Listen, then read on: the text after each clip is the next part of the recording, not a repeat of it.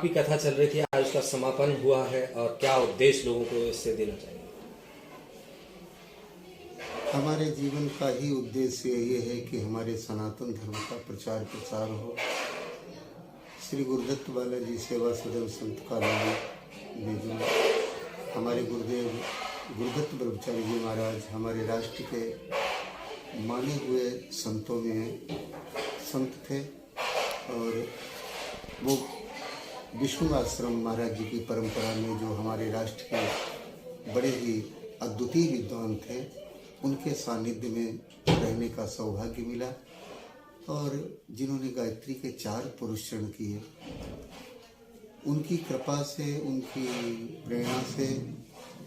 इस आश्रम की स्थापना हुई। और महाराज जी ने कहा कि मैंने कहा महाराज जी गलियों में है, तो बोले वृंदावन में तो कुंज गली ही है, ठाकुर जी को तो वही पसंद है।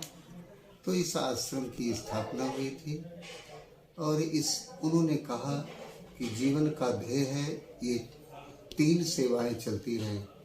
एक तो साधु सेवा,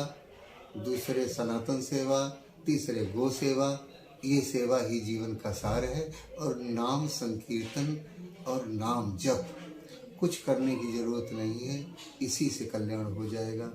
तो प्रतिवर्ष इस यहाँ साल में 2 कार्यक्रम रखते हैं, एक तो श्रावण के महीने में पंचमी से लेकर एकादशी द्वादशी को भंडारा और दूसरे होली महोत्सव पर पंचमी से लेकर एकादशी तक कथा, द्वादशी को भंडारा। तो ये परंपरा गुरुदेव की आज्ञा अनुसार जो है चलती आ रही है। मेरे मन में आया कि जब इतना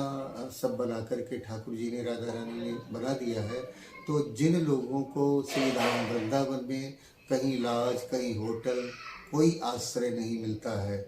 तो वो संत कॉलोनी वृंदावन परिक्रमा मार्ग निकट में गीता मनीषी कृष्ण कृपा धाम, इसके राइट हैंड में अंदर चले आए और वो 1 दिन, 2 दिन, 3 दिन रहना चाहें, स्वेच्छा से जो सेवा कर सकें, चूँकि व्यवस्था के लिए खर्चा भी होता है। यहाँ से हमारे को एक